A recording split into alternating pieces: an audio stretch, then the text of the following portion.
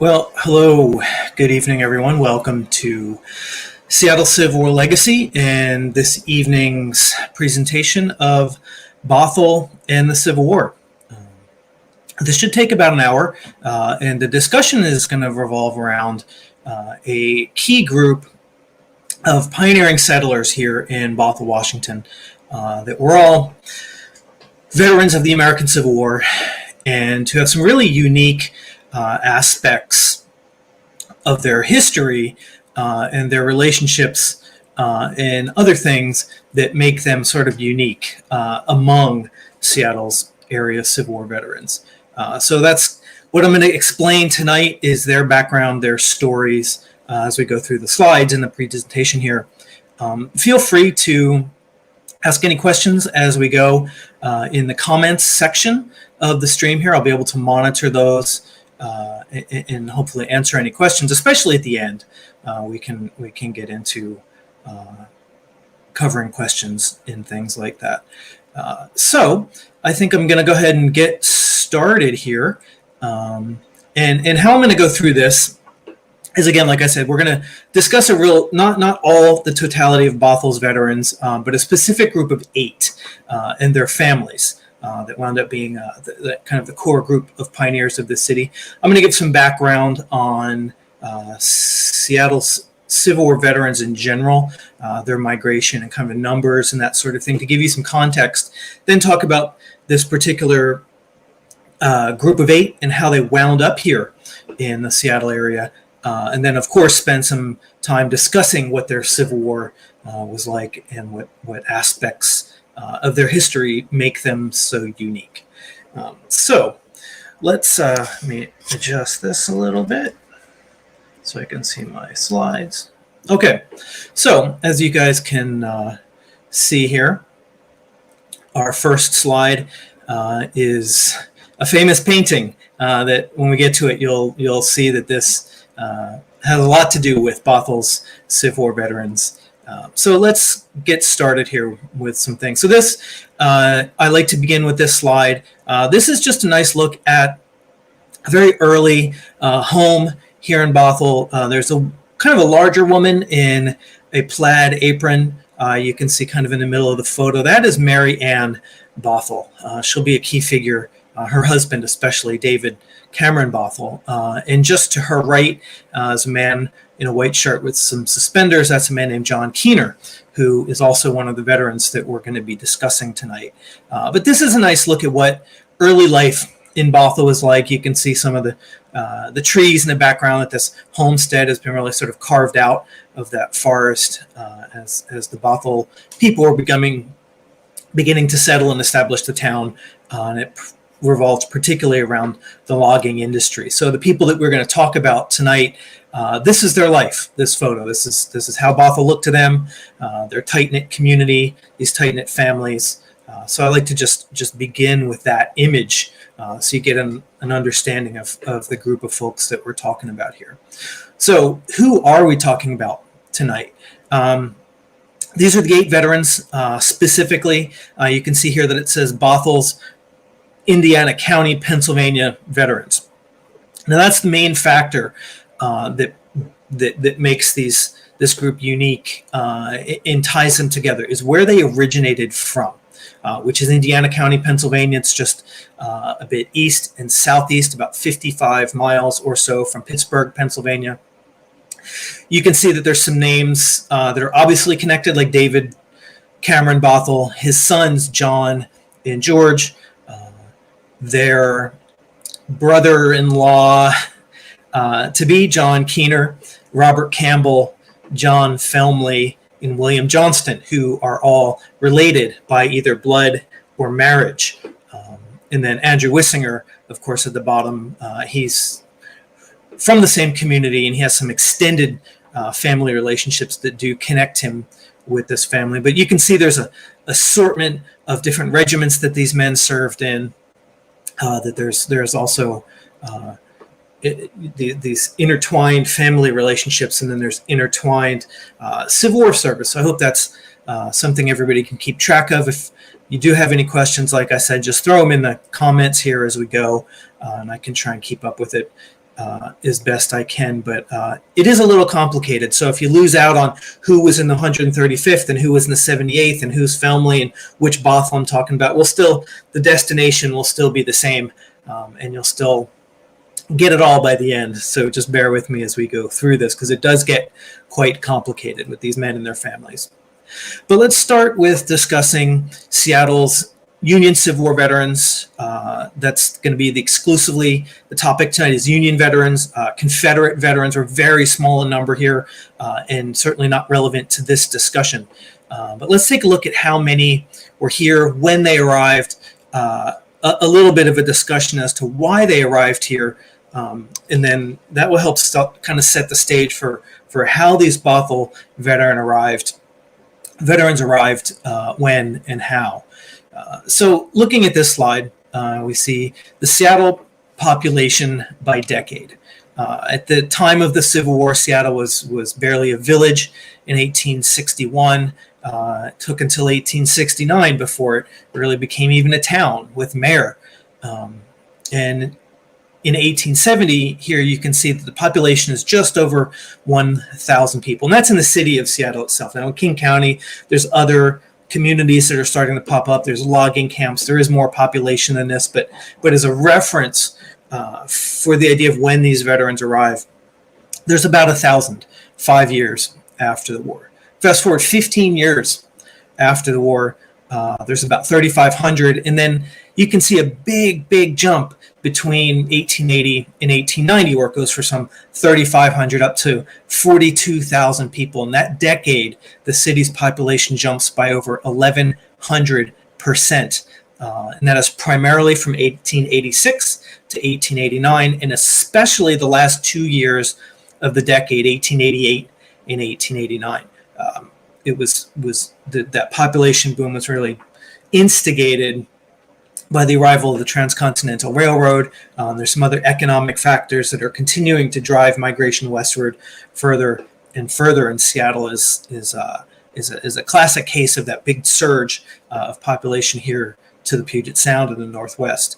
And then it continues to go up, kind of doubles every decade after that, about a 200 to 250% increase on average. But that big number, that big jump between 1886 and 1890 is going to be really important. So what about the veterans?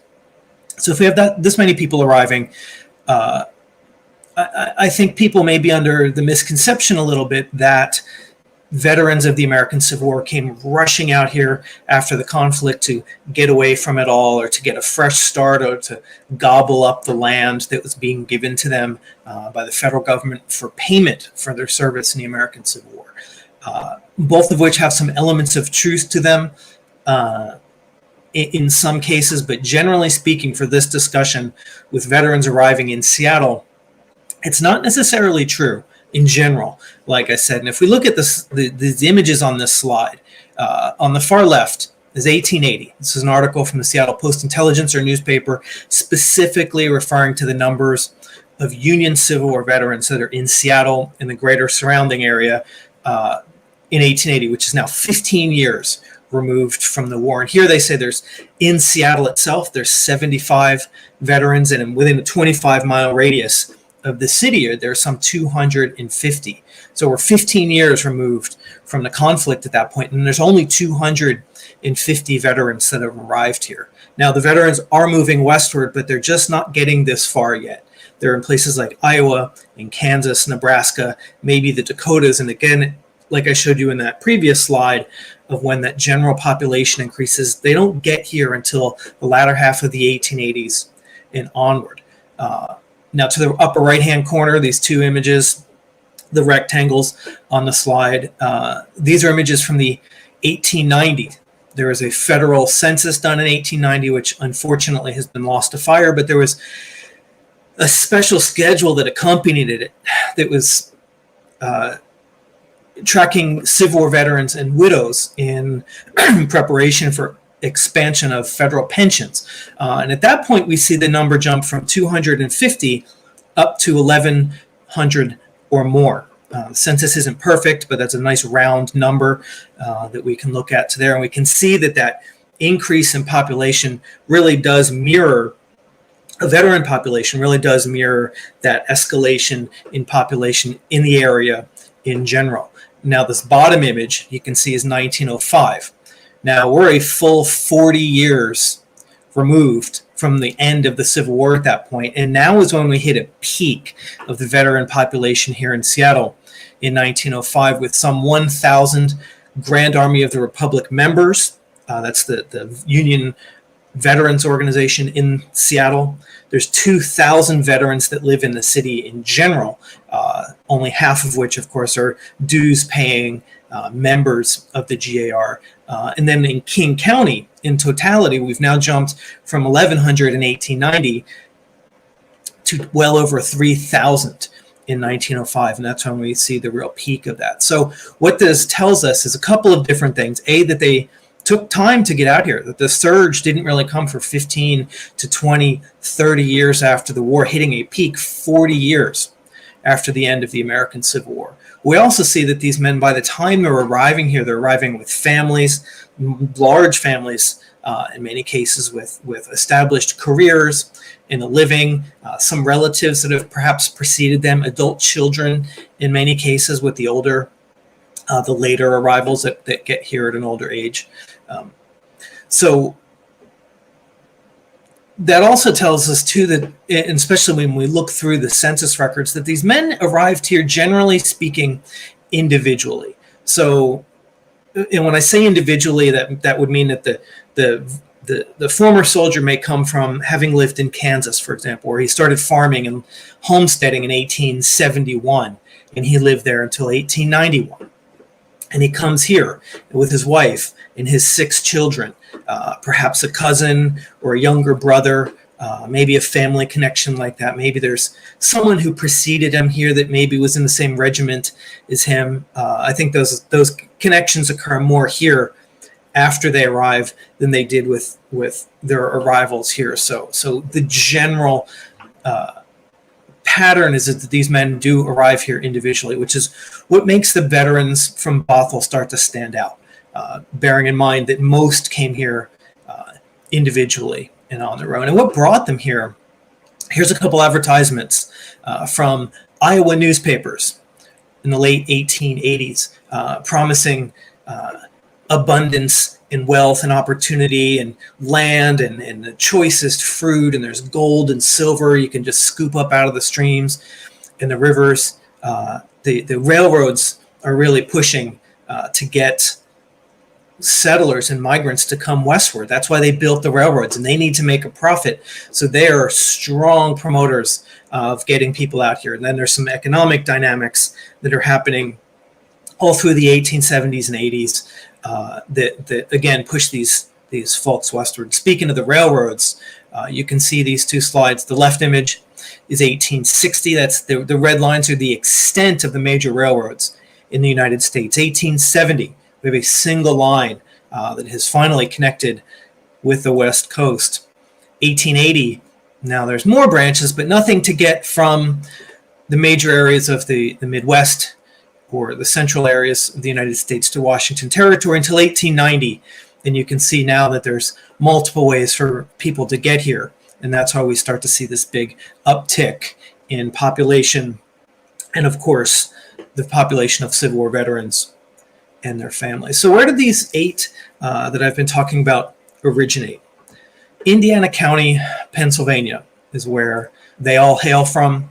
This map here shows Indiana County. The red circle is Armstrong Township in western Indiana County, where all these families originate from. Here's a zoomed in map of that section of northern Armstrong Township in Indiana County. Now you can see these red lines under some of the names, the farms on these properties in this section of the township. All of those names underlined are Bothells and Johnstons and Keeners and so on. So you can see that this family group, these extended families of brothers, cousins, the fact that they all lived next to one another really shows how tight this community was prior to the Civil War. So Indiana County, here's a bigger map. The red circle again is circling the location of Armstrong Township. Now, Indiana County is a really interesting environment. It's different than where many veterans had originated from, in the sense that this was known as a strong anti-slavery abolitionist enclave. This whole county, you can see the red lines on the map. Those arrows indicate where the Underground Railroad had passed north from Blairsville, which is the southernmost point in the county, up fanning out northward.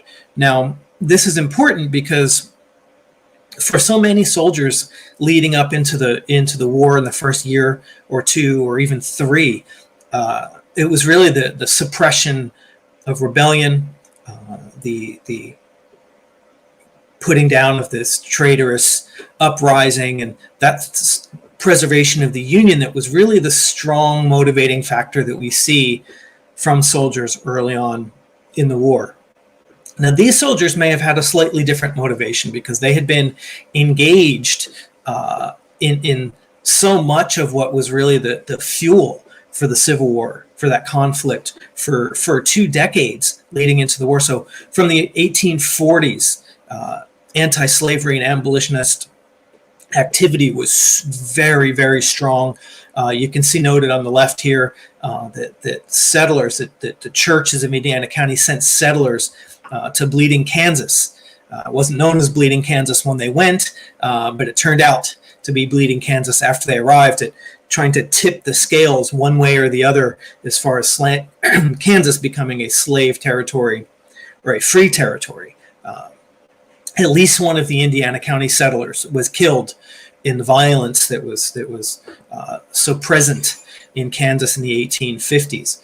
One of John Brown's co-conspirators, Absalom Hazlitt, also originated in Indiana County, and you can see the note that it was overwhelmingly Republican. And when it came time to vote in 1860 for the president, in that election, Lincoln gathered nearly 4,000 votes to just over 1,000 for any other candidates combined. So understanding that, now there's no documented evidence that I found yet to connect any of our Bothell families with Underground Railroad activity, but we do see the name Johnston and Campbell come up repeatedly, relatives, extended family that were involved in these activities. It was often national news in the country at that time, the conflicts that would break out between the locals in Indiana County and the slave catchers that were coming up from Virginia to capture and bring back what they, runaway slaves at that point. So it was a hot and important topic to them leading into the conflict. And we'll see that those Republican ideals and Republican politics that they would have carried into the war are also very strongly present here with them when they arrive in Bothell, some 3 decades after the conclusion of the war. So after the war, let's talk about how these men arrived here. We'll get into their wartime service here in a bit.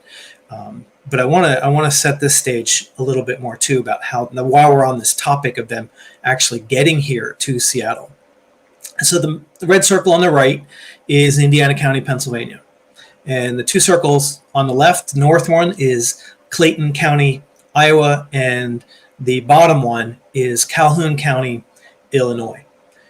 And these are the 2 places where our 8 families, our 8 Bothell veterans and their families and extended families of theirs, including fathers, uncles, cousins, brothers, and so on, all migrate westward immediately after the end of the Civil War, within months. By spring of 1866, they have all left Indiana County, Pennsylvania, and they're all in one of these 2 locations. They kind of split, and it's not like all the Bothells went to one, and they're kind of mixed between the 2, which is curious because in the late 1860s, in the wake of the war, Indiana County's economy was actually thriving.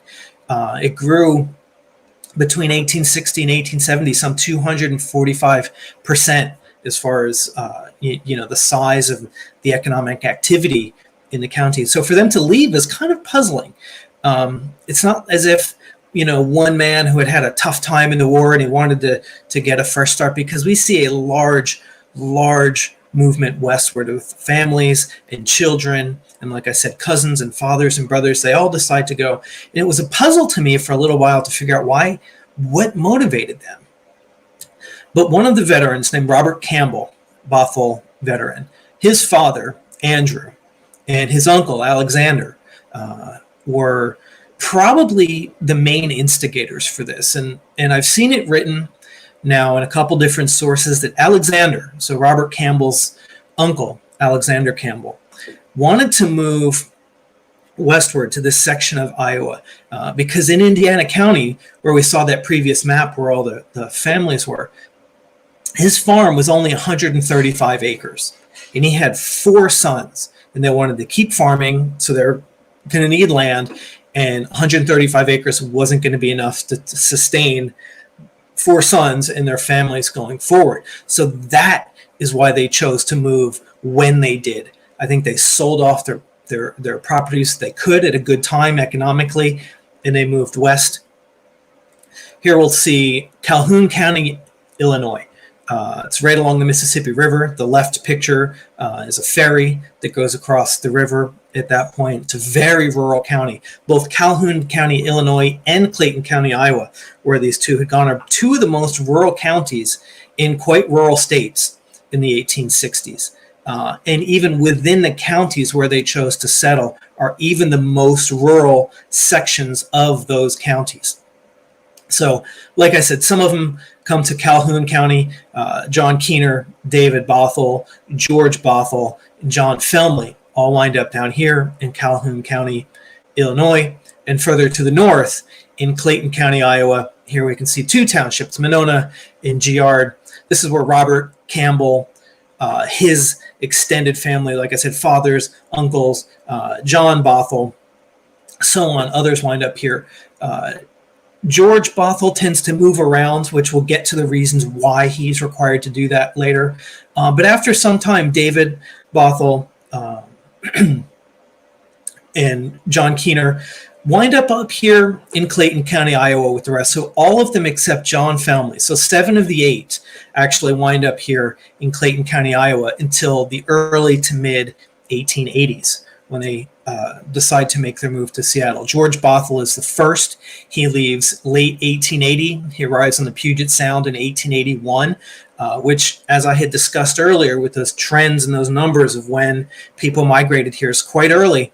So there was only 250 veterans of the eventual 3,000 that lived in King County at that time when George Bothell makes that move.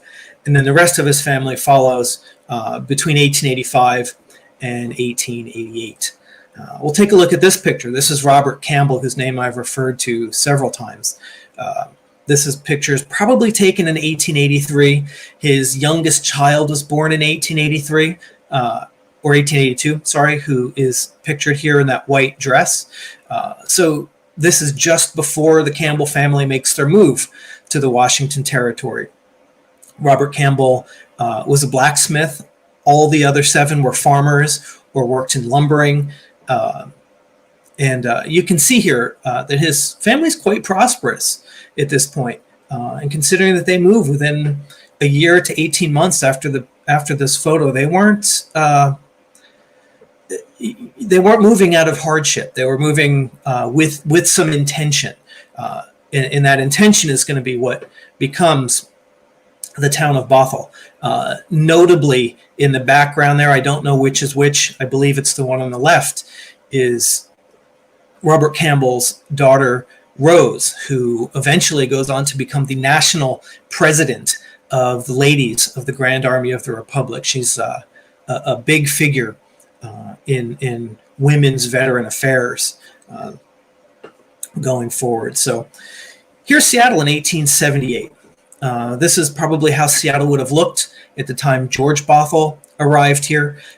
Notice there's a building in the right-hand foreground, there's kind of a white circle. It's a clock that's hanging by those white pillars of that building. That building is called Ranke Hall, and that is where the first post, the Stevens Post of the Grand Army of the Republic, would form and have their meetings early on here in Seattle. William T. Sherman would give 2 speeches in that very building in the 1880s. So this is what he would arrive to. Still looks very much like a small town, but it was growing and fast. And here's Seattle in 1884. This is how it looks just about the time that the rest of the Bothell, Keener, Campbell family arrives here on the Puget Sound. And rather than stay here and set up shop in the city, much reflecting those decisions they had made to move to Clayton County, Iowa, and Calhoun County, Illinois, is that rural environment. I don't think they wanted to be in a city, so they find property out on what is now known as the Sammamish River. And in 1885, George Bothell begins logging here. His father, David, buys some property, which becomes the town site of what is now known as Bothell. And of course, the namesakes of that town are David, George, and John Bothell. Legend has it that when it came time to establish a post office here in Bothell, they were asked. The post office at that point was in a store of a man named Erickson, right across the street from the Bothell Hotel, and they were going to set that up as an official post office. And what should we name this place? And he basically said, "There's so many Bothells here, let's just call it Bothell." Because, like I said, we have those Bothells, but they've each got these large families and cousins and relatives that are all living here. So it's not just the veterans themselves that come here and start this place. It's, they're each coming with a half a dozen or more children. So it's kind of, they all plug in here to recreate this little town for themselves, which starts to shape up like a small town from rural western Pennsylvania. Here's another look, the very early days of Bothell. On the far left side of the street is the Bothell Hotel, which belonged to David Cameron Bothell. Those trees on the right-hand side of the street, that's his orchard and garden plot. And that hotel really becomes a central point in Bothell, where people that would stay here would come and go. And David Bothell was also, him and his wife Marianne were really the glue that held together early Bothell. They were known to history as Grandmom and Grandpa Bothell. That was their role in the town in those early days, was really to be that sort of senior cementing glue that really brought those families together, and then brought the rest of the community, not just their relations from Indiana County, Pennsylvania, but anyone who came here to Bothell to work in the Bothell mill, lumber mill, or any of the other businesses that were sprouting up, was that anyone had a home with the Bothells at their hotel. And so, again, that's the Bothell clan, so to speak, that Indiana County group really becomes the identity of Bothell early on. Now, they weren't exclusively the only residents here. There was a large Scandinavian community. Of course, there's others that wind up here as well, but none of them put their stamp on it quite the way that the Bothells did, literally, with their name. So let's talk about their Civil War experience. So now that we know where they came from and how they got here, and sort of what they did here, which we'll touch on that a little bit more at the end. What about the Civil War? Because that's kind of why we're watching tonight, right? That's what we're interested in. So again, here's the list of our 8 veterans with the regiments that they served in, and they're also, I had mentioned this earlier, how complicated and overlapping and intertwined things are. You can see David C. Bothell serves in 2 regiments. His son John serves in 3. His son George serves in 2. John Keener serves in 2 different ones. And again, in these companies that were raised in Indiana County, it's these men, but it's also their cousins and their brothers and their uncles. So if you see that John and George are in the 135th militia or the 54th or whatever, you can also know that there's 6 other people named Bothell or 5 other people named Johnston in each of these companies. So it's it's very much the entire communities and entire families that are serving on and on and on through the extent of the war. So as we get into this, let's take a look at the flags. Just quickly scroll through these that the men would have fought under and recognized and probably hadn't seen since 1865. This is the flag of the 135th Pennsylvania Infantry. 4 of our 8 veterans served in this 9-month regiment of infantry, 9-month enlistment period. To say this is the 14th Pennsylvania Cavalry, otherwise known as the 159th Regiment of Pennsylvania Volunteers. 6 of the 8 eventually served in the 14th Pennsylvania Cavalry. This is the flag of Hamptons Battery, 1st Pennsylvania Light Artillery, Battery F, primarily out of Pittsburgh, but it's known to history as Hamptons Battery after its first commander. And finally, the battle-worn flag of the 78th Pennsylvania Volunteer Infantry. So let's talk about their service, what they did, what they experienced. And as we go through these slides, the photos that I've chosen here are done with the intention of giving you the best representation of their point of view. It's things and places that they would have seen during their time in the units that they served in. So the 135th Pennsylvania, I just mentioned it was enlisted for 9 months of service starting in the fall of 1863, the fall of 1862 through the early summer of 1863. The regiment wasn't particularly involved in fighting, so to speak. Most of their time was various assignments around Washington, D.C. The regiment was kind of split up around the city, but Company A, which is where our 4 Bothell soldiers were enlisted in, were primarily tasked with guarding Long Bridge, which crosses over the Potomac River. This photo, I believe, to be late 1862, early 1863, because the bridge was rebuilt in a second, I believe, was added in 1863 and 1864. So while the 2 men in this photo are not likely to have been members of the 135th Company A, this is exactly where they would have stood to do their guard. You do this side, and of course on the south side of the river. So this is almost as close as you can get to a literal point of view perspective from what George Bothell, John Bothell, Andrew Wissinger, John Keener would have seen during the Civil War, during their time guarding this bridge in Washington, D.C. In May of 1863, they had the closest thing possible to combat. They were assigned to the 1st Corps. They didn't really see any fighting at the Battle of Chancellorsville, but they were in a support role. And here you can see there's pontoon bridges over the Rappahannock River. This is just to the east of the city of Fredericksburg. The first point is they arrived, and the fighting is raging on the south side of the river during the Battle of Chancellorsville at this point.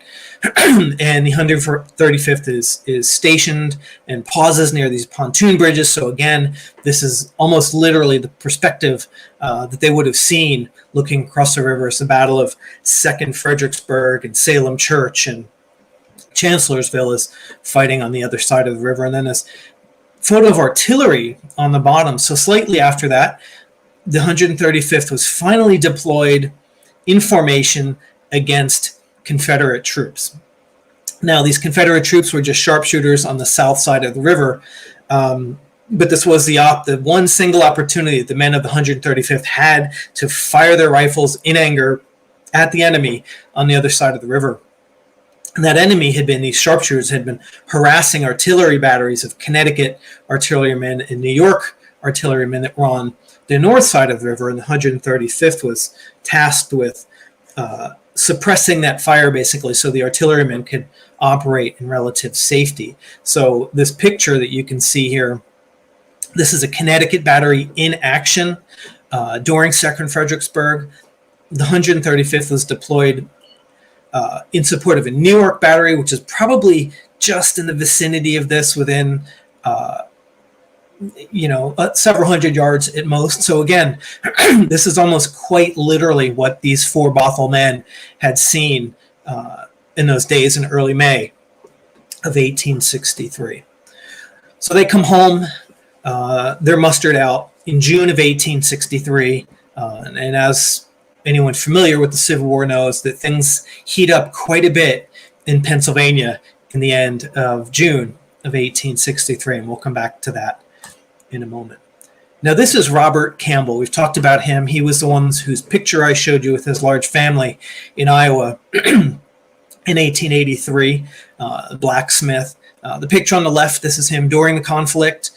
This is a wonderful photo that's in the possession of descendants here in the Bothell area. And the photo on the right is him as an older man, probably around 1908, 1910 perhaps, here in Bothell. And he served in Hamptons Battery of Pennsylvania Artillery, which was primarily men from Pittsburgh, but there were some men who were recruited from other places, and that would include Robert Campbell. And he served a very particular role for the battery during the war. He was what was known as an artificer.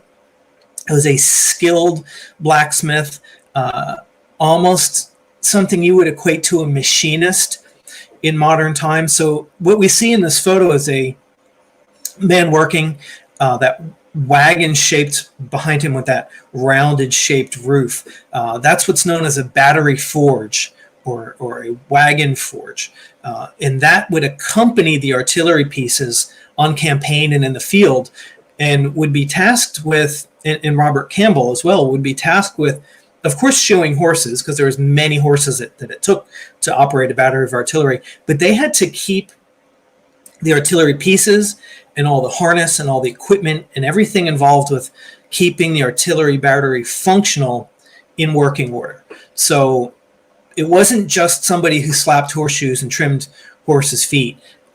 This was a man who had to be able to manufacture anything that was needed on campaign to repair artillery pieces or implements or those sort of things that had been damaged simply in transportation during the march, but especially after having been engaged in battle. It was said that the artificer's work started when the battle stopped.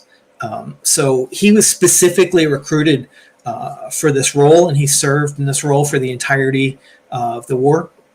Hamptons Battery had a rough history, really. They were in the hottest part of the hottest battles, and they always seemed to be in a really bad spot. They were in Hazel Grove at Chancellorsville. They were at the point of the salient at the Peach Orchard in Gettysburg. You can see these photos. The picture on the right is Hamptons Battery monument in the Peach Orchard at Gettysburg. I think it was put up in 1888 or 1899. You can see the trees surrounding it there. And where the battery was placed was literally at that point of sickle salience, 2 guns facing one direction, 4 guns taking the other. A pretty rough spot to be in a rough zone of a really violent and bloody battle. So they tended to be in situations like that. Of course, Robert Campbell, being the artificer, was not a frontline position. He was often kept in reserve with the battery forge because they needed him to keep things rolling, literally. So it's unlikely that he was in the Peach Orchard with a rammer loading cannons. He was likely back at the artillery park, the artillery reserve, waiting to spring into action to do repair work or anything else that was required. In that left photo that we see, this is a photo taken just after the Battle of Gettysburg, and this is an actual battery forge in the reserve artillery park. So again, I can't say for sure that there's any likelihood that this was Hamptons Battery's actual forge. It's quite unlikely, honestly.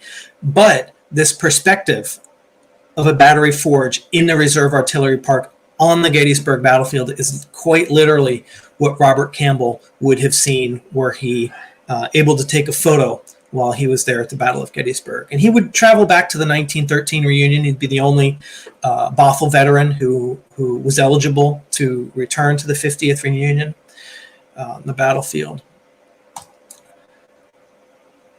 So this is his father-in-law. This is David and Mary Ann Bothell, grandmother and grandfather. Like I told you, they were kind of the glue that holds the whole community together in those early days. Quite recognizable couple. And he was quite a bit older during the war. His sons, of course, were 18 to 20, and most of the men today that we're speaking about today. But David Bothell, when he first enlists to serve, he's 43 years old, which is almost 20 years older than your average Civil War enlistment. He would go off to fight with his sons and his nephews and his brother and cousins and so on. Here's two more pictures of David, Mary Ann. I like this photo on the left, although it's a little hard to see. And then here he is on the right by himself in that same photo session. Now his service is really unique because, like I said, the men of the 135th, which include his two sons and a man who would become his son-in-law and others, and part of that group of young men who had gone off with Company A of the 135th, return home in June of 1863, late June. And Governor Curtin of Pennsylvania at that point puts out a call for militia regiments to form to help with the home security, basically, of Pennsylvania to supplement the Federal Army, much the same as he had done in the fall of 1862 when General Lee invaded Maryland. So General Lee is invading a second time. The second call goes out for emergency militia. David Bothell would volunteer. He would enlist for 3 months in the 54th Emergency Militia of 1863 with his son and his brother, and then, of course, a number of other Bothells, Campbells, and Johnstons. And what they were tasked with, and this is an interesting aspect of Bothell because it's quite uncommon.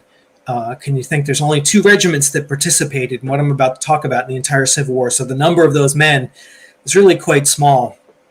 But it also speaks to the incredible diversity of Seattle and Bothell as well, Civil War veterans. The scope of the experience that's contained with them, that every state, every regiment practically, every branch of service, battle, campaign, anything that occurred in the Civil War, there's probably somebody right here around the city of Seattle and the general Seattle area that participated in that we can tell that story through.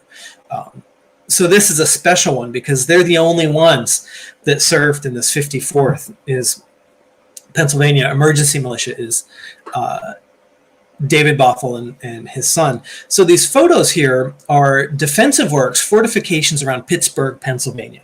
The 54th and I believe the 55th were tasked with the defense of Pittsburgh. Pittsburgh was a pretty impregnable fortress city to attack. I don't think that there was any real concern of General Lee's forces going to Harrisburg and swinging left to attack Pittsburgh. But more the concern was raiding. Confederate raiders had been active in Ohio and Indiana and, of course, in Kentucky to some minor degree to this point. So with the uncertainty of things in late June of 1863, that's where they wind up. I think these are really neat pictures. It's a rare thing in the war for men to have served in this role. This photo is the civilians of Pittsburgh building those fortifications earlier in the war. And then when these were laid out, from in the official records, you read the accounts of sending the engineer officers here, that it really wasn't expected that the city was ever going to be needing to be heavily defended. They didn't designate any resources financially, federal troops or anything like that. So the citizens of Pittsburgh were the ones that constructed these. And then, like I said, the men of the 54th and 55th were then assigned to Pittsburgh to be able to man these fortifications. And the 54th had a good number of men who had just been mustered out of the 135th and turned around and took up arms and went into the 54th. And that would include, of course, John Bothell. And most famously was the 54th's involvement with the end of Morgan's raid into Indiana and Ohio and the capture of John Hunt Morgan. Now, the 54th wasn't specifically responsible for his capture, but they did capture about half of his force of raiders. And after those initial half was sort of surrounded and cut off by the 54th Regiment near, I think it's Salineville, is that the name of the town? And then Morgan himself in the rear part of that column went the other direction and were soon captured thereafter. So it's a neat aspect of service for someone who spent only 3 months in a Pennsylvania militia unit out of Western Pennsylvania, but had been a participant in some pretty unique aspects of the Civil War. And one of the most northern battles or confrontations during the war was where the 54th met John Hunt Morgan's forces there in Ohio. So the 14th Pennsylvania Cavalry. This is where, like I said, 6 of the 8 served in this regiment. John Felmley, who I haven't really spoken much of, he was he was the brother of Mary Ann Bothell, who was David Cameron's wife. So her brother, John Felmley's, winds up being a first sergeant in the 14th Pennsylvania Cavalry. This is a list of their engagements, their fights that they participated in. Civil War cavalry had a more ongoing, constant fighting, active role than infantry did in the Civil War. So in infantry units, battle honors might say Fredericksburg, Chancellorsville, Gettysburg, Mine Run, and then the Wilderness or something, say for, cover a year from the spring from 1863 until 1864. But in that same time, a cavalry unit would have had so many different back and forth engagement, reconnaissance, picket duty, guarding wagon trains, so much activity constantly, being the eyes and ears of the Army. And you can see here just the sheer volume of activity. And the 14th was not attached to an army. They weren't with the Army of Tennessee or the Army of the Cumberland or the Army of the Potomac or the Army of the James. They were just in an assortment of different departments, but their theater of operations was the Shenandoah Valley in mountainous what is now eastern West Virginia. So you can see how constant their service was, but it was over particularly rough and grueling terrain. So even among Civil War cavalrymen, the 14th Cavalry had a pretty hard 3 years of service. This is John Felmley here on the left during the war.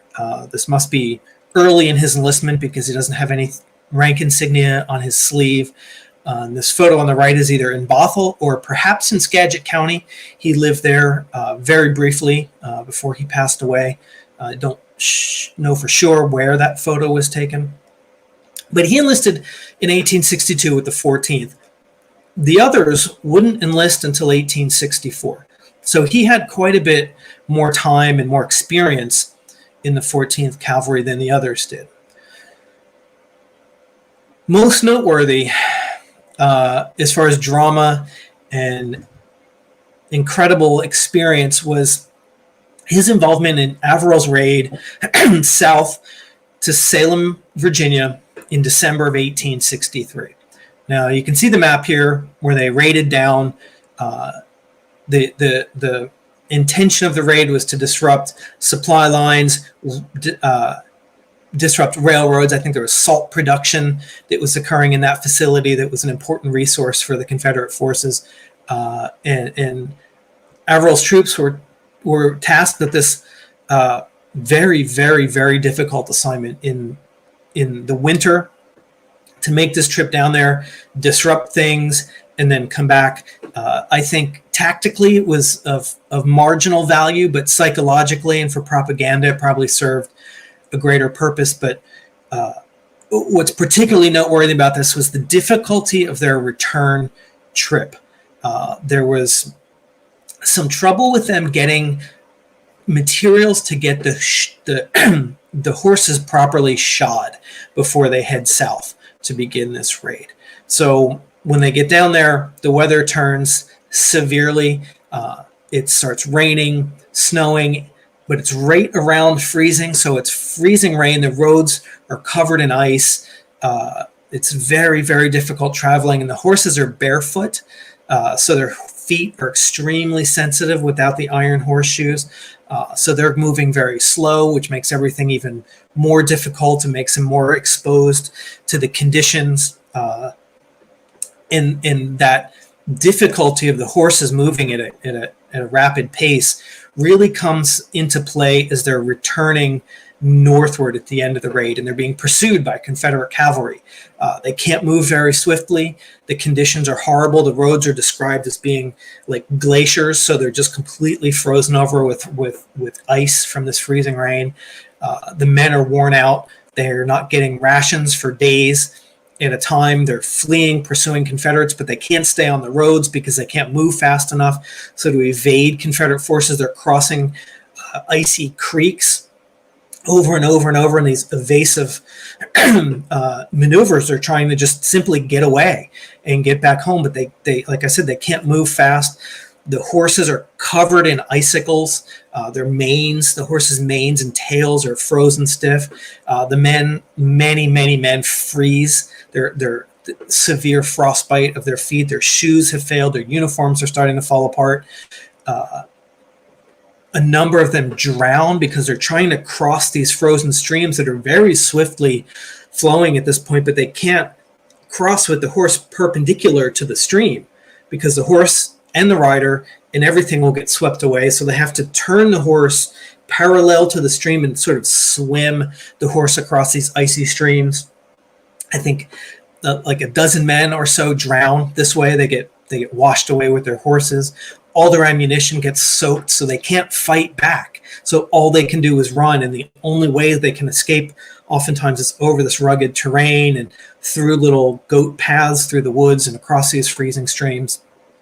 So among a very difficult service, as being a Civil War cavalryman, this was probably one of the most grueling experiences for any during the war, and that would include John Felmley here, who had been a participant and survivor in that very, very difficult December of 1863 campaign. Now, here's the painting that we started off with. This is the Battle of 3rd Winchester. This is the famed cavalry charge on Star Fort. This was really starting to be the beginning and the end of things for the Confederates. As Jubal Early was being flushed from the Shenandoah Valley later in the summer of 1863. This was described as the largest cavalry charge of the Civil War. It was a front of well over half a mile wide, drawn sabers, very traditional cavalry assault and attack on this fort. And again, with that idea of the point of view perspective that I had shown you from these other photos. The 14th Cavalry was in the front ranks of this charge, and this charge was celebrated in art after the war.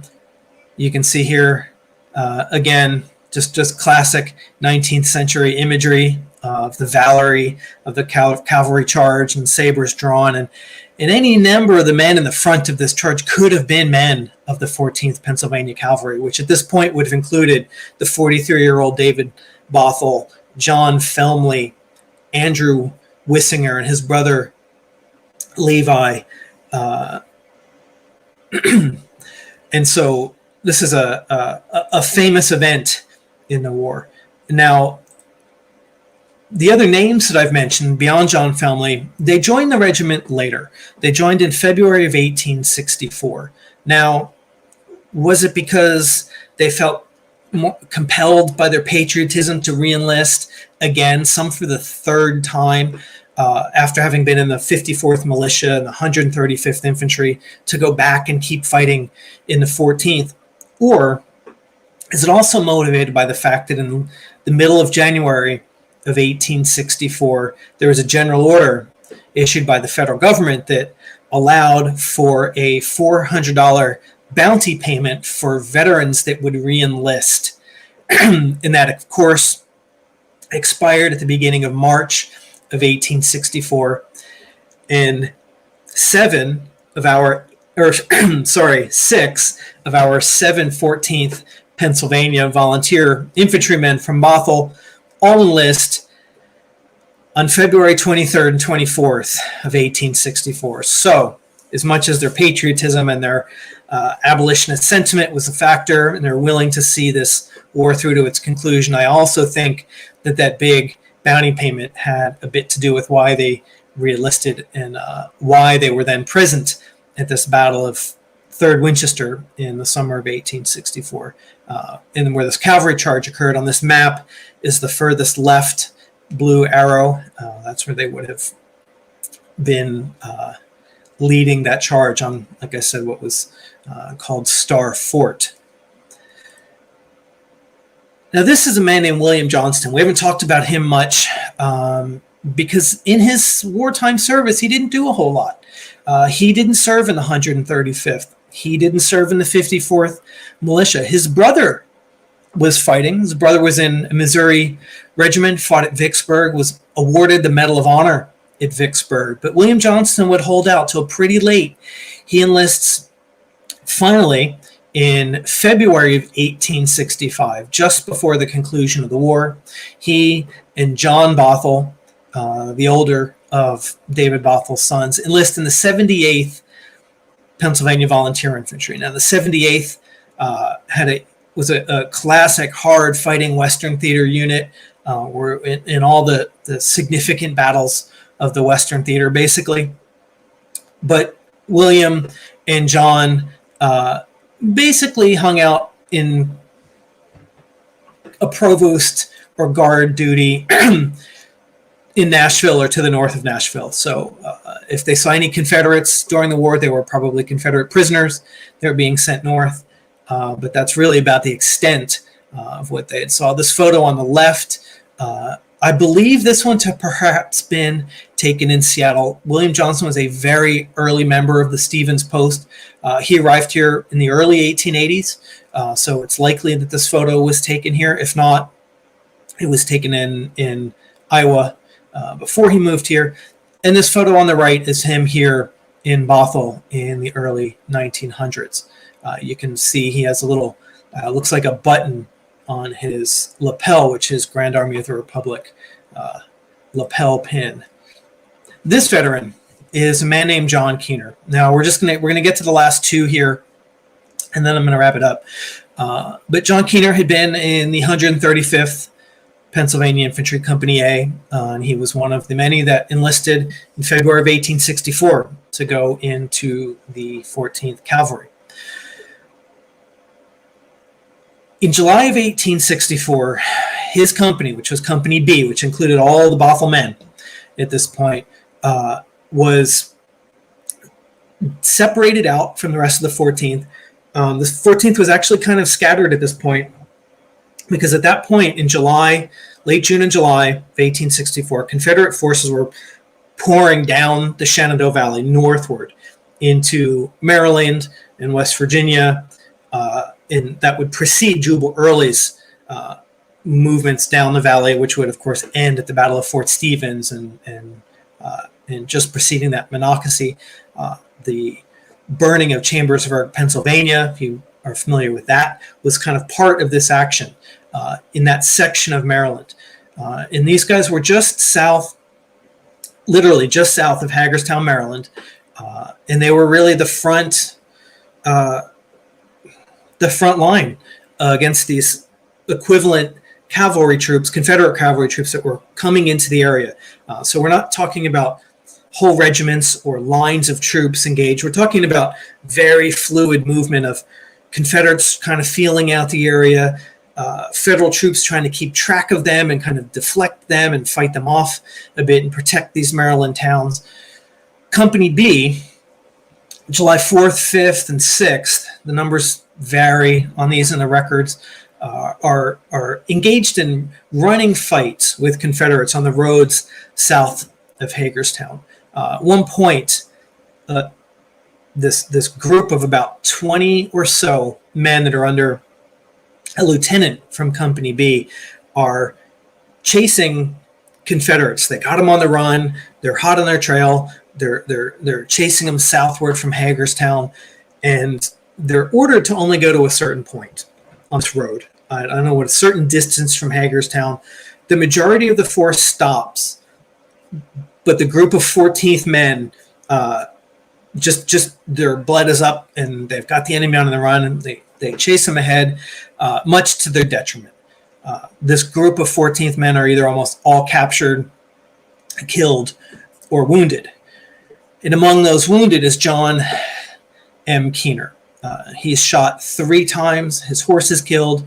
He's thought to be dead. He's left for dead, basically. And even at that point, that group has been so scattered by Confederates that I don't know if they would have even been able to bring him back had he been thought to even be alive. So he's left behind and presumed that he's not going to survive. And the story that goes, and this is all recorded by a very early Bothell historian who was a acquaintance of all these men in the late 1890s, early 1900s in Bothell, recorded the story of what happens to John Keener next. This is certainly one of the more amazing stories that I've ever read of anything to do with the Civil War. So he's there, he's bleeding, he's dying or thought to already be dead. And he's discovered that evening, lying there probably in the vicinity of his horse that had been killed, that he had fallen off of. And he's discovered by a black man who lives somewhere in the vicinity. So we're south of Hagerstown, Maryland, along the Antietam Creek. And this man just comes out to probably investigate what's going on. He finds John Keener still alive. He's still breathing. He's presumably covered in blood and barely breathing at best, but he is alive. So this black man takes John Keener, drags him back to his cabin. You can only imagine the risk for Keener and this black man as Confederate forces are crawling all over this entire area. If either of them are discovered, they're certainly both going to be killed at this point. But this man drags Keener back to his cabin. He hides him in the loft of the cabin and nurses him and hides him and himself from the Confederates that are, like I said, crawling all throughout this section of Maryland. And then the next night, or perhaps the night after, he takes John Keener by boat across, they say, the river, which would have been the Antietam Creek, eastward across the river to the security of Union lines. And John Keener is able to get to a federal hospital and returns. And of course, he recuperates and recovers, and he returns to service and continues to fight in the war after having been shot 3 times and gone through this movie-worthy rescue scenario of being hidden in this secret cabin in the Maryland woods by presumably a former slave who was living there. It's a pretty remarkable thing. And among those 3 bullets that he was struck by, one of them remained in his leg for the entirety of his life.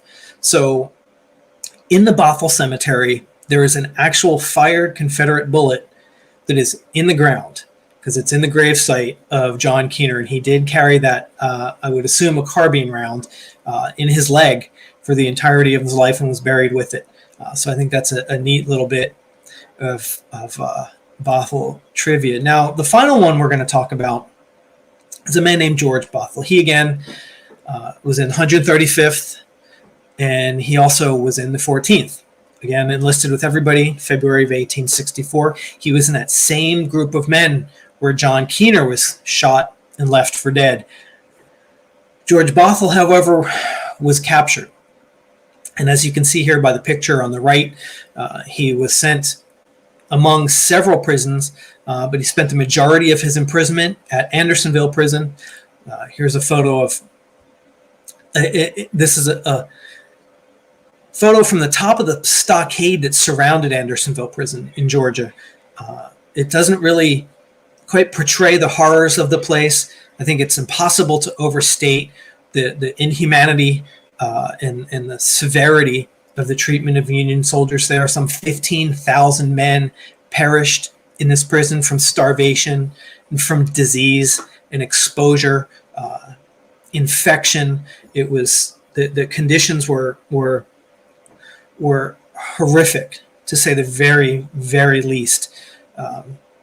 He survived 5 months in this prison. 40 men from the 14th Pennsylvania Cavalry alone perished at Andersonville. Now, these photos on the left are engravings. They're based on actual photographs of Andersonville survivors. Like I said, George Bothell was there for 5 months. He would be moved to Millen Prison in Georgia, and then ultimately to Savannah. He was for a very short time moved to a prison in northern Florida, back to Savannah, where he was exchanged around Christmas of 1864.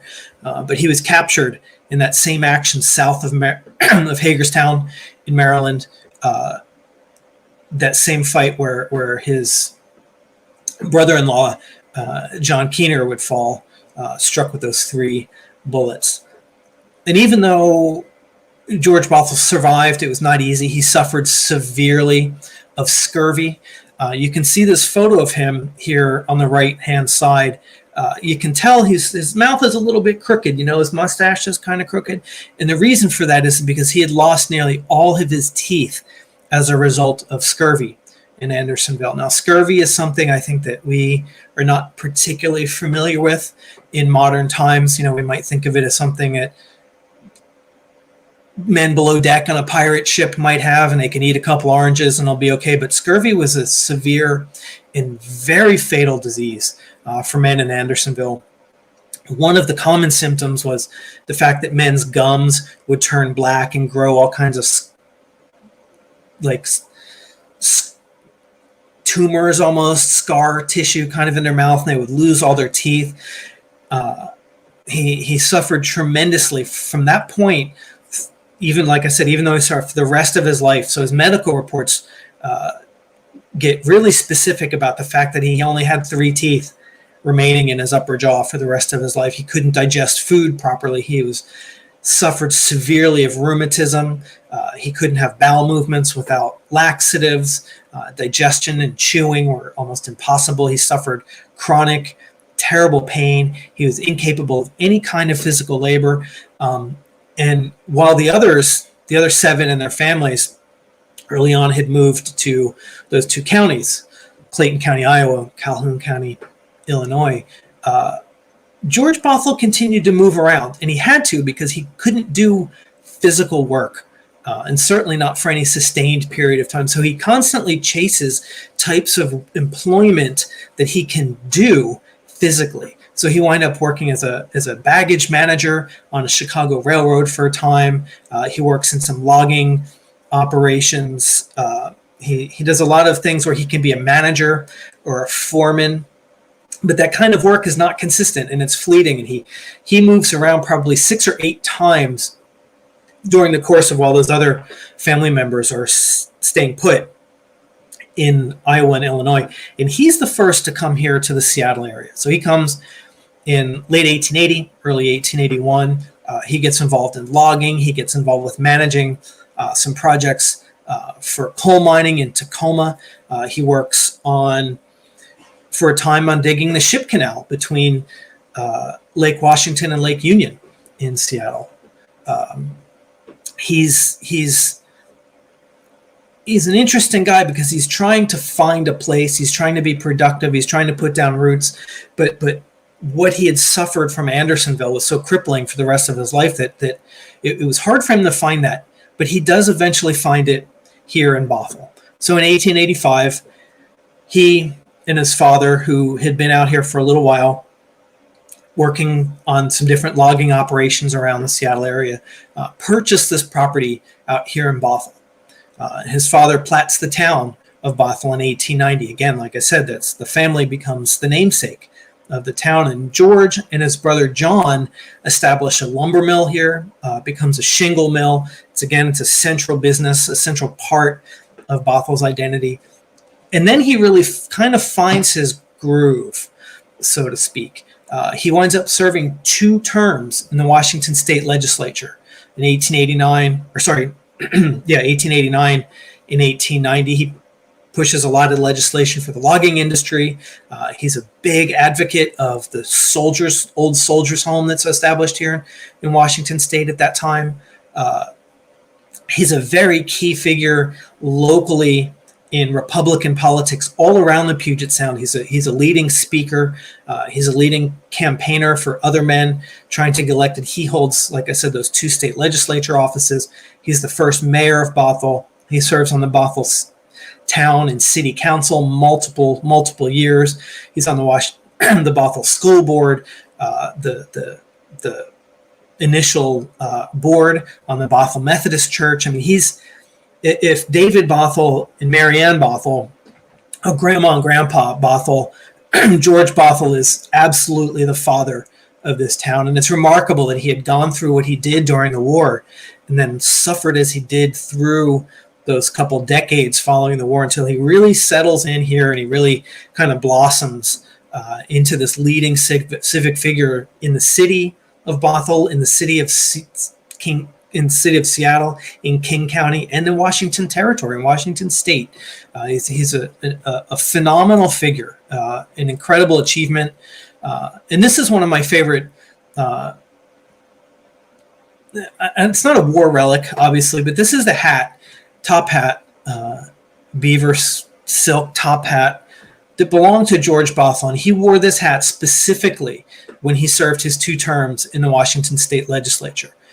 And to me, this is very, very symbolic object of someone who had been through some of the worst things you can experience as a human being, the filth and disease and starvation and mental anguish of a place like Andersonville Prison, and then to finish, on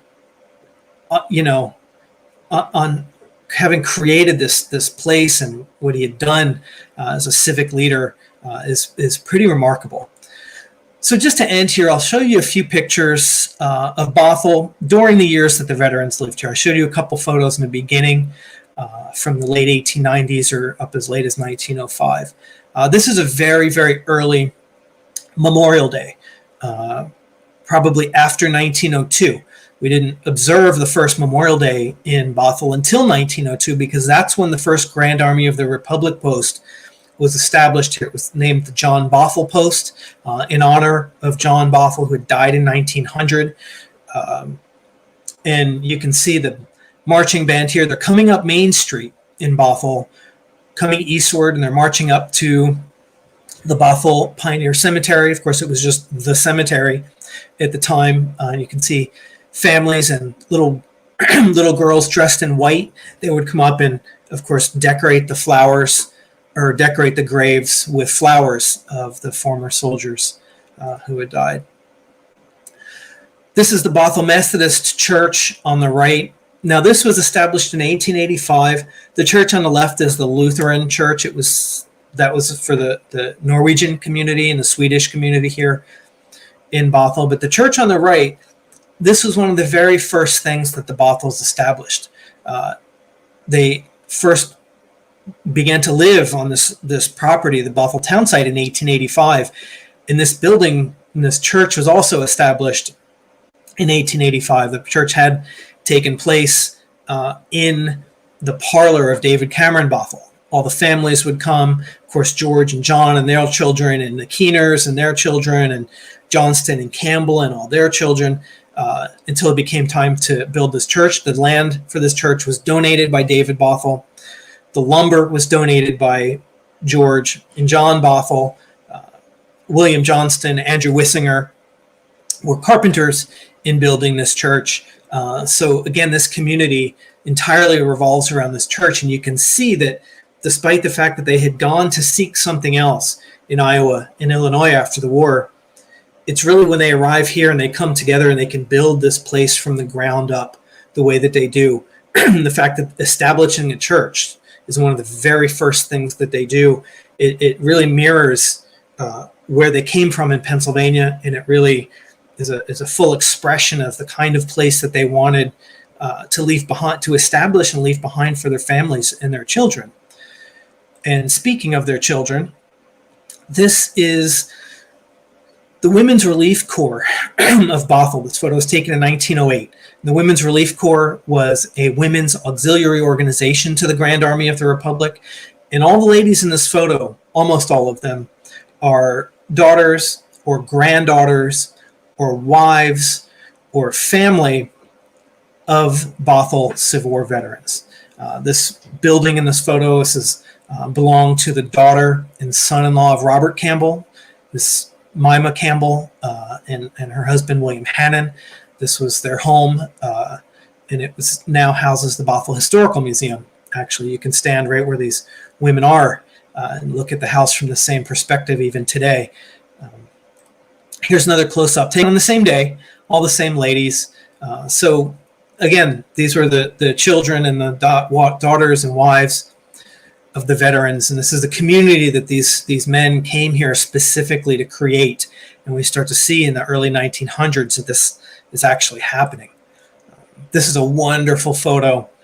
I believe around the same time, probably 1905 to 1910, the two men standing in the back row, William Johnston, Robert Campbell, and then the man seated in the front row is John Keener.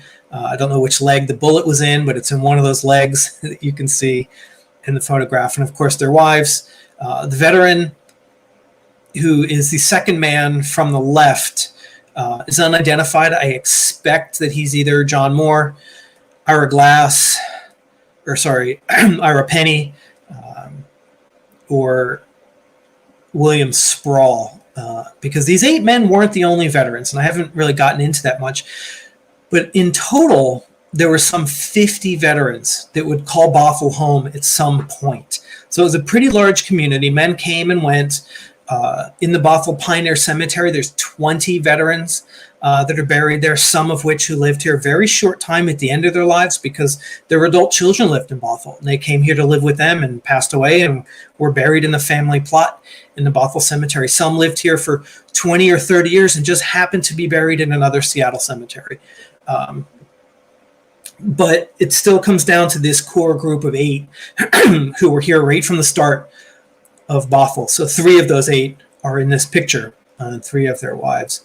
And the last couple slides here, these are just some neat documents that are in the collection of the Bothell Museum. These are 2 discharge documents of John Bothell from the 135th and the 78th Pennsylvania and his Grand Army of the Republic transfer here to Bothell, which is kind of a little bit sad because this is from the post in Iowa. He was extremely active in the GR in Iowa, but he was never a member of the post here in Bothell because he died 2 years before it was established. It carries his name, but he was never a member of that post. But he was a member of the post in Iowa, and that document shows that. And here's some cool things that come from my research at the Bothell Museum and the archives, the Bothell Historical Society. These are just records and things pertaining to the men, so we can really get a very, very detailed picture of what their lives were like here in Bothell. These log books, so to speak, from different stores in Bothell show day by day what these men over the course of the time that they lived here were buying at the store. You know, what day did William Johnston buy fishing line and fishing lures, or what day did he buy 25 yards of gingham fabric? Presumably he was going fishing one day and his wife was making dresses for their children the next day. There's so much about these guys that we can really get an incredible picture of what their lives were like here in Bothell. So it's a tremendous resource, and something I'm going to continue to push forward with is documenting their whole stories during the war, but then afterwards here, because it's so rich, and to study them as a group. Like I said, when the veterans had been coming out here individually for decades, and we see this group of 8 men and their big giant families all come here to Seattle and then decide not to live into Seattle because there's this town site where we can start and we can build our whole, little model Pennsylvania town that we want to live in. and they left quite a record behind. So I really hope that in the future, as I spend time and years going from this point, that we can create a very vibrant photo of their lives. And this is the last photo for the night. This is probably my favorite photo of any Civil War soldier or any Civil War veteran that I've ever seen. And this resides, like many of these photos, in the Bothell Historical Museum and the Historical Society's collection. And this photo is so captivating to me because it's happy. And we don't see many photos of veterans. Of course, they all have a very severe look on their face in wartime or 1880s photos because of the length of the exposure. They couldn't really hold a smile, blah, blah, blah. So we see these sort of sedate expressions on people's faces. And most of the time through their lives, we still see that same sort of stoic face on the veterans, even when they're photographed into the early 1900s or beyond. Often they're very sedate. But this photo is Robert Campbell. Like I said, he had a large Iowa family, and he came here, and he's probably the most photographed of all of the Bothell veterans. But you can see that pleasant, sort of content face that he has, his smiling granddaughter with her arm around him. It really gives a sense of humanity, in dignity and satisfaction to the life of a Civil War veteran who had suffered through the Battle of Gettysburg and Chancellorsville, and decades of migrating westward, and that was certainly no easy life. And then to come here and become part of that community and plant his roots, and then you can see his granddaughter, being the heir to all that he created, and that his friends and family from Indiana County had created right here in Bothell. I think it's an absolutely remarkable and captivating photo. Like I said, it's probably my favorite Civil War soldier or veteran photo that I've ever seen in 40-something years of looking at these guys. So I always like to just leave this as the last, because this is the fullest expression of what they wanted to do when they came here to establish a place for themselves, which ended up, of course, being Bothell. And then the last thing is this. This is just a partial list of all the veterans that lived here in Bothell. And this list is constantly evolving. I find more and more that sneak in between the censuses and show up in a record here, or show up in a document there, or perhaps sneak in on something, mention of them in the newspaper that I didn't know before. So even beyond these 8 that we talked about with their importance in that foundation of Bothell, there's many, many, many more who are important figures here, who have incredible histories in the war, that will continue to tell their stories as well, even above and in addition to these 8 that we've discussed tonight. And like I mentioned before, that historical variety and assortment is really a treasure to us as students of history, students of the Civil War, or just the understanding of our heritage and where our communities come from here in Washington, and that these men fought on the battlefields in the hallowed ground in Virginia and South Central Pennsylvania and North Georgia. But really those men, the flesh and blood men who did that, who followed those orders and suffered the consequences or achieved the victories and preserved the Union and ended slavery, and then bore the yoke of expanding westward, are the roots and are really that foundational level of the communities that we live in and around here today. And nowhere is it more apparent than right here in Bothell, which is, by the way, where I live. I keep saying here, it's because I live here myself. But you can see, looking at this list, the enormous variety. We have men that served in every aspect of the war just here among these 50 plus in Bothell. So anyway, going forward with Seattle Civ War legacy, of course, Bothell is always going to continue to be an important sub-focus, but we will explore and expand as much as we can on all the history of the 3,000 plus veterans that lived here in Seattle and King County, their histories during the war, the decades that followed, and so on. So I just want to thank you for watching tonight, and I hope you'll continue to follow our programming and follow the website and Facebook and YouTube and all our different social media outlets. And we really appreciate your support, and couldn't do it without my friends that are watching tonight and have stuck with us for this whole hour and a half on Bothell veterans. And let me quickly take a look here and see if we have any comments. Looks like Cheryl, thanks for the comment. Great photos. Almost all these photos come from the Bothell Historical Society, and I'm a member of the museum, and I rely heavily on their tremendous support in my research. So I want to give them a shout out. We do tours there with the museum, presentations, and some things in the works for next year. So I'll keep you guys informed on that, and working with that museum, as well as other local historical societies that I work with as well. Evan, thanks for watching. Hope you're having a good night. Sandra, thank you. And of course, Valerie, thank you as always for your support. So anyway, guys, thanks for watching, and thanks for the support, and share this stuff. That's how we grow. So if you liked what we did tonight, share it with your friends and recommend the page to them, and stay tuned for what's coming up next. Thanks, guys. Have a good night.